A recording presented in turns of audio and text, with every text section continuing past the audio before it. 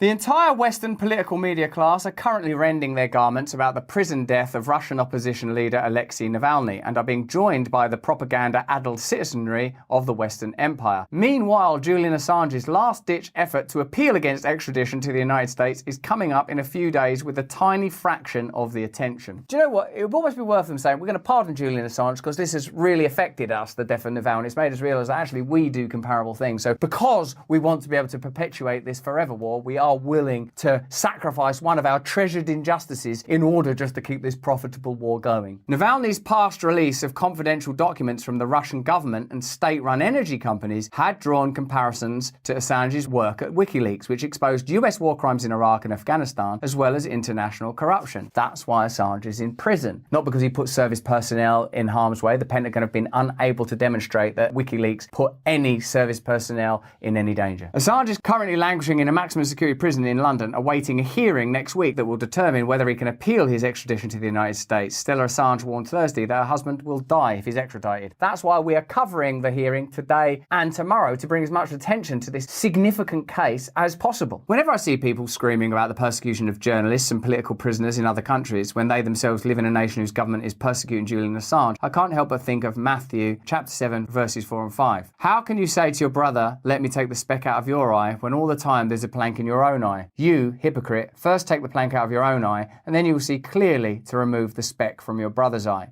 And I suppose the point of Scripture is to point us towards principles that will be applicable in our own life, even if that's at the scale of geopolitics. You can't bemoan the death of Navalny in that fashion if you're not willing to address the case of Julian Assange. The death of Navalny in an Arctic prison on Friday has been immediately integrated into a massive anti-Russia propaganda campaign by the Biden administration and its NATO allies, along with their associated media outlets. Without an autopsy, let alone a fact-grounded analysis of the circumstances of Navalny's death, the unified position from the NATO powers is Putin killed Navalny. For the purposes of our analysis, we can accept that to be the perspective. We can say, okay, Putin killed Navalny, let's focus now, because we don't live in Russia. Our problems are not Russia. I don't believe that Russian expansionism will extend to other NATO countries and ultimately lead to the takeover of the United States and the United Kingdom. I think that they are a regional superpower. That might lead to aggression, as in the case of Ukraine. And that doesn't mean that's none of our business, but it does mean essentially we should be supporting diplomacy rather than military escalation and focusing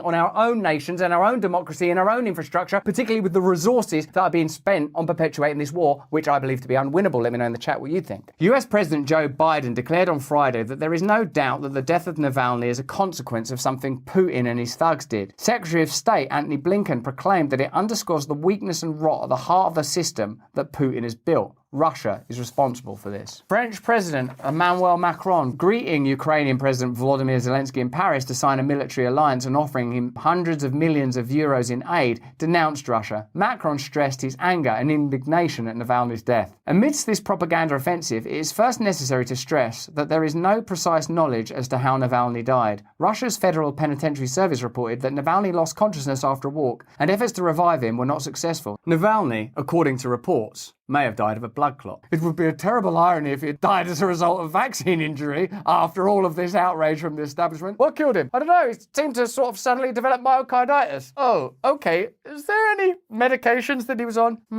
There were. This would not absolve the Russian government of culpability. Navalny died in a Russian prison, and the Putin regime was responsible for his well-being and safety. This, however, does not warrant the claim, in the absence of evidence, that Navalny was murdered. Yes, I suppose that would be a sensible way to conduct this matter. Let's first get some evidence and then see where we are after that. Or you could get every Western leader to go onto the news and immediately say, Russia murdered this person. Particularly enthusiastic was Kamala Harris, who was talking as if she was an eyewitness. I mean, I watched him. Oh my God. Oh, what are you doing to him? Oh God. Don't give him the booster shot. One element of the propaganda campaign is the glorification of the deceased. Alexei Navalny was a champion of democracy, declared the Washington Post editorial board. The greatest advocate for Russian democracy is dead, ran an opinion piece in the British Telegraph. The Atlantic Council, which is closely connected to the US State Department and funded in extraordinary ways. Have a look at the Atlantic Council. It's not just some, we're the Atlantic Council, we're just here at the Atlantic, counselling people. It's funded by the weapons industry and stuff. It's not a think tank, it's a tank. The Atlantic Council, which is closely connected to the US State Department, proclaimed that Navalny's martyrdom will magnify his moral leadership immeasurably. Navalny may be a hero. I'm really not questioning that. I'm aware that there's like a family left behind and a widow and all that kind of stuff. So I don't mean to be glib or mean or rude about it. I'm just pointing out that this is being exploited. That, as Jim Morrison once said, death makes angels of us all. And in this case, it makes a useful tool for the Western media and establishment interest to further pursue a war that may not be beneficial for you or me. Navalny, however, was not a representative of a democratic faction of the Russian political system. He entered politics on the far right. Oh, so you like the far right sometimes. Joining the free market Yabloko party. Great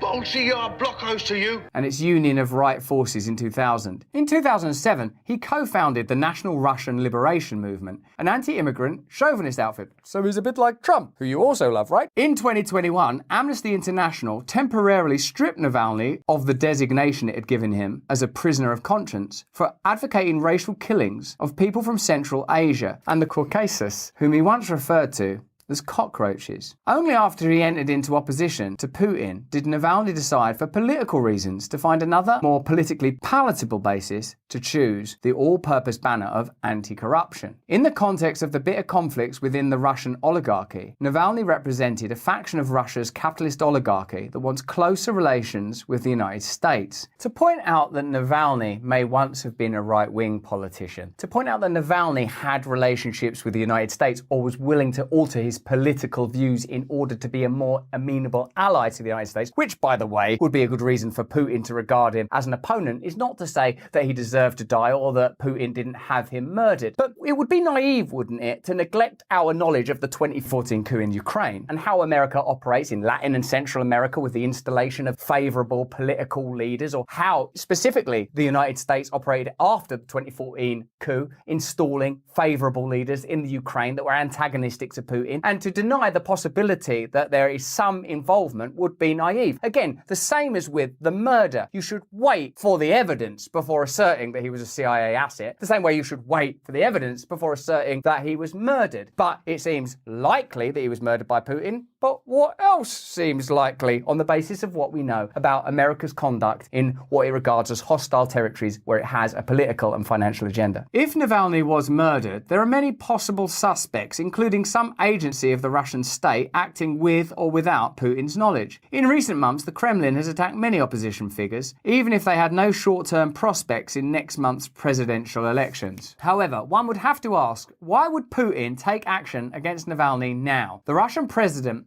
has been working to ingratiate himself with a faction of the political establishment in the United States. His recent interview with former Fox News host Tucker Carlson was devoted largely to pleading for a negotiated settlement over the war in Ukraine. In the aftermath of the interview, Putin went out of his way to praise Biden, saying he would prefer his election to that of Trump. If it were foul play, there are others who could be responsible, including factional opponents of Putin who see Navalny's death as helpful for their own cause. All of this, however, is entirely speculative. More important is, how is it being used by the US and NATO powers, above all the Biden administration, to intensify the campaign for an escalation of the war against Russia? Well, we saw in Biden's speech that after some sentimental words about Navalny, whom I personally have never heard him mention before, not that that means he hasn't mentioned him, of course, I don't watch everything that's on the television, he ultimately ended the speech by saying, that is why we have to continue to fund the war between Ukraine and Russia. We have to provide the funding so Ukraine can keep defending itself. And in a sense, there's a great deal of complexity that has been obfuscated and ignored throughout this war. And I would say the approach to this death, or indeed murder, is similarly opaque and similarly exploitative, and given the case of Julian Assange, hypocritical. The immediate demand from the Biden administration, the Democrats and sections of the Republican Party, is for the passage by Congress of a bill containing tens of billions of dollars in military aid to Ukraine. Here, what is most striking is the staggering hypocrisy of the imperialist powers. Biden and his NATO allies furiously denounced the Putin regime's treatment of Navalny, while subjecting Julian Assange, a genuine champion of human rights, to the most brutal and life-threatening conditions. Assange has been kept in Belmarsh prison in southeastern London under conditions that the UN Special Rapporteur on Torture described as ill-treated treatment, arbitrary detention, and what could amount to psychological torture. He was the subject of assassination plots orchestrated by the CIA. He has been systematically denied medical care and the ability to communicate, even with his lawyers. And this week he has a hearing that could decide his final appeal against extradition to the United States. So I suppose we ought be sympathetic to the death in custody of Navalny, but we also ought be aware that there are figures within our own political landscape who are suffering in a way that is similar, comparable, and has to be addressed if we're to have any right to this kind of zealous mourning on the subject of Navalny. And what of the many prisoners still rotting in Guantanamo Bay after decades of brutal detention and torture? That phrase, whataboutism, people go, you can't just engage in whataboutism. What that means is addressing the impossibility of moral piety if you yourself